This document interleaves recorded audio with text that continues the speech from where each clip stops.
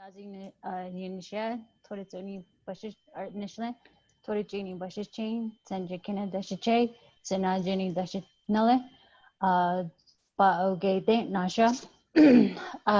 Again, good morning. My name is Angelene Yazzie. I am big water, born for bitter water, and I'm from Waikona, Arizona.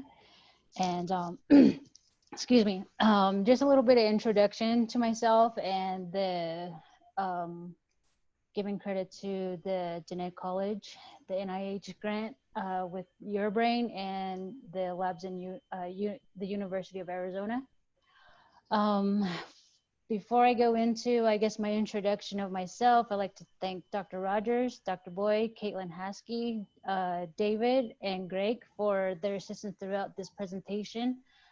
And okay, so currently I am the recipient of the NIH grant. I am working toward pre-pharmacy, and hopefully my goal is to get into the University of Arizona School of Pharmacy. I'm currently still holding a certification in pharmacy tech. I've worked retail at Walgreens for about a year. I worked at the San Javier Indian Health Center down there in Tucson. And I picked up and left and moved across the country to New Jersey and worked at the VA there for a couple of years. And and then I think within about 2 weeks, I decided to resign from my job and continue school with my prereqs for pharmacy school. And I am an Army veteran, which was my key into getting into the VA. And yeah, so that's where I'm at currently. So what my topic is type 2 diabetes with depression and or anxiety. And what led to my research question, I do have a family history of depression, or I'm sorry, diabetes. And I have grandparents that were diagnosed, and currently maternal and paternal aunts and uncles that have diabetes. So working in the IHS, I've realized, you know, the Native American population that had a very high diabetes rate. Just working with procurement and ordering medications, that kind of seemed like the biggest medications I ordered.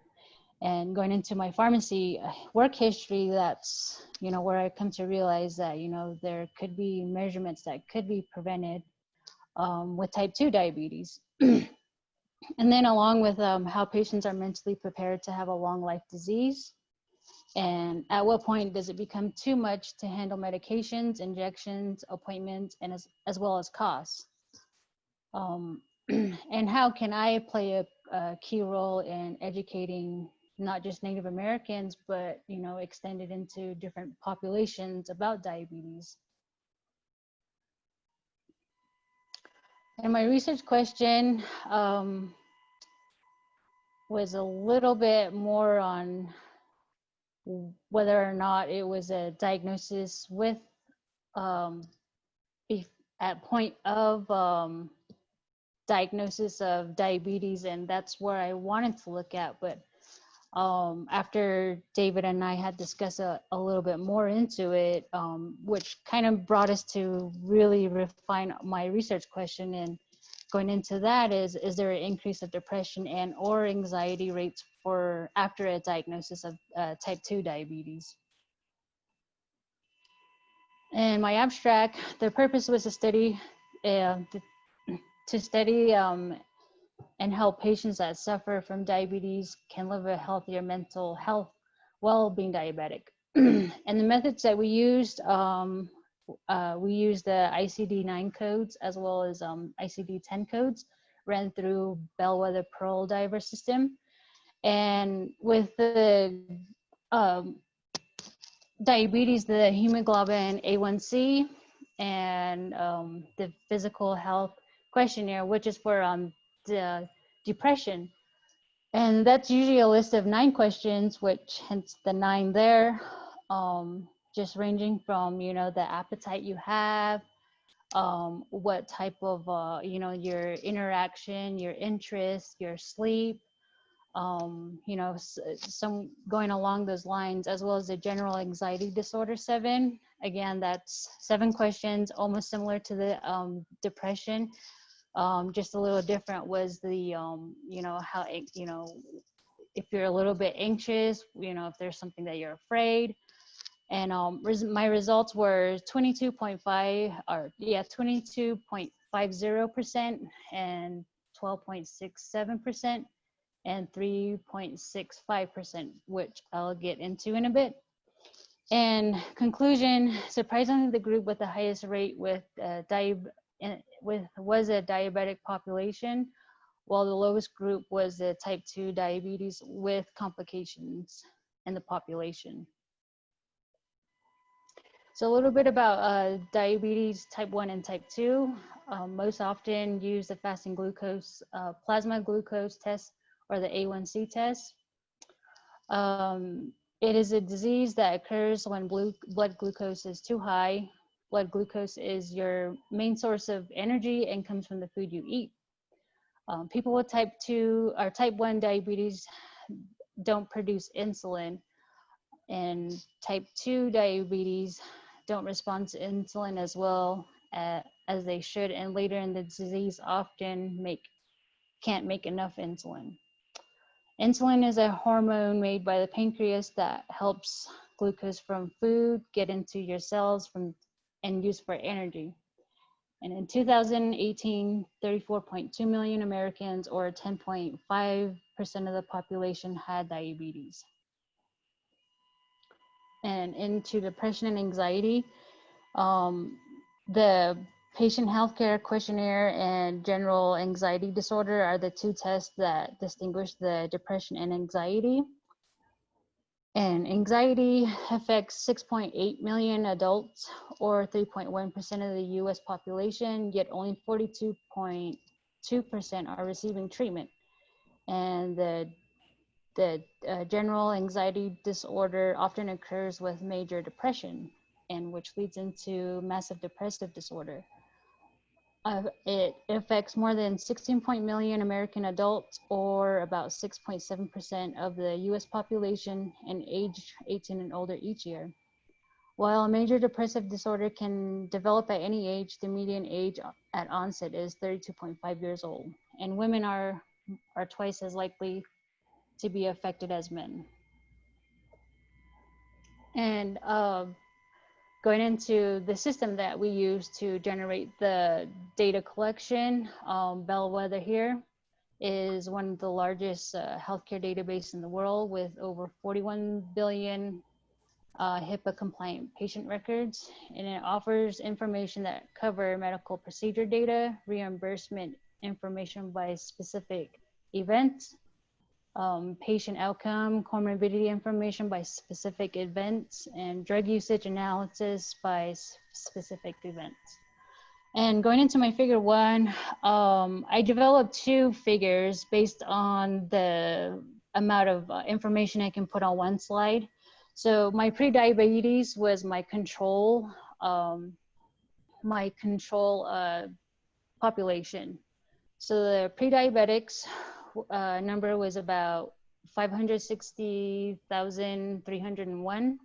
And what we did was exclude patients that were suffering with PTSD, depression, anxiety, OCD prior to developing diabetes. And also what was excluded was patients under the age of 15. So after we pull that information apart, we were left with 389 and 69 patients. And we separated with depression and without depression and anxiety. So at the end, my final population with depression, our number was 27,228, and my final population without depression and anxiety was 93,800. 847. And going into my type 2, figure 2, type 2 diabetics, we did the overall diabetic patient, and we again excluded the type 1 diabetes and the 15-year-olds. And the same thing, we pulled apart the PTSD, depression, anxiety, OCD prior to developing diabetes, so it wouldn't skew the results of including the patients that had these psychological diagnosis in my end result. And moving down, we have our type 2 diabetes patient at 2.1 million. And breaking them down, we had the type 2 diabetics without complications at 1.3 million. And going down from the without complications, with depression and anxiety, we were left with 120,000 patients. Without depression and anxiety, we had around about 1.2 million patients. So in my final type 2 diabetics with depression and anxiety population ranged down to 51,863 patients. And then going without the depression and anxiety, we had 357,532. And going on the other side of my slide, we had the with complication patients, which we were left with 181,552. With depression and anxiety, 6,951. Without in the final type 2 diabetics with complications with depression and anxiety population, we were left with 2,325. And the patients without depression and anxiety, there was 174,285, and finally with 61,334. Any questions? Nope. I'm sorry, I have one question. So what is the difference between without depression, anxiety, and then final type 2 diabetes without depression, anxiety? What did you do between? We did the first instance. So, so these are newly diagnosed diabetics then? Mm-hmm. And then, so out of all those, you got the newly diagnosed diabetics, and then you got the first time they had a complication. Is that what the first instance Yes. means? Okay, thank you. Okay, and my table 1, excuse me,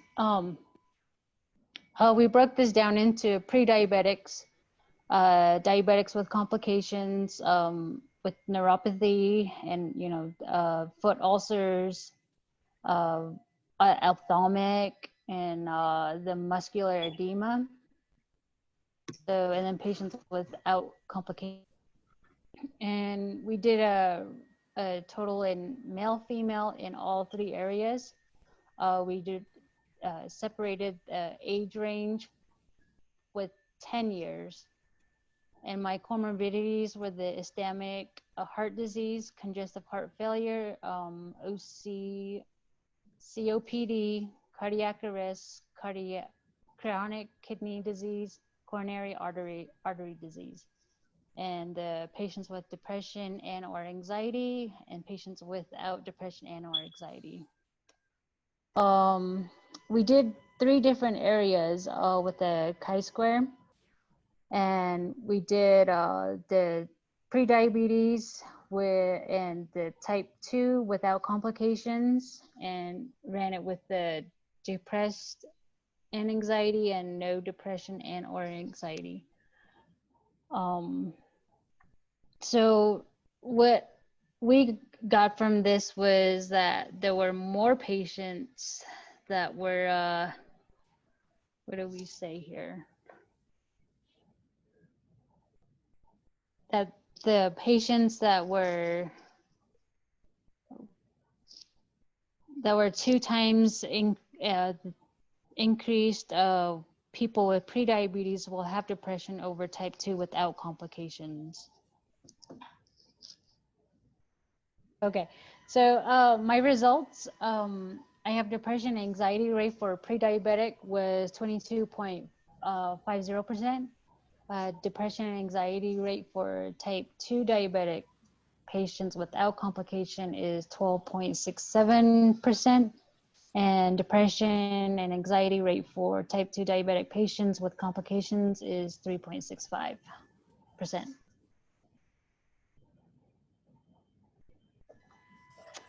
And in my discussion, so it was a little, I guess the results that showed was that the pre-diabetic state were more depressed and anxiety, or with anxiety, rather than what was expected, that patients with diabetes and complications were less depressed and had anxiety. In my research, the limitations were that Pearl Diver had a fraction of 15 million patients that were in the system.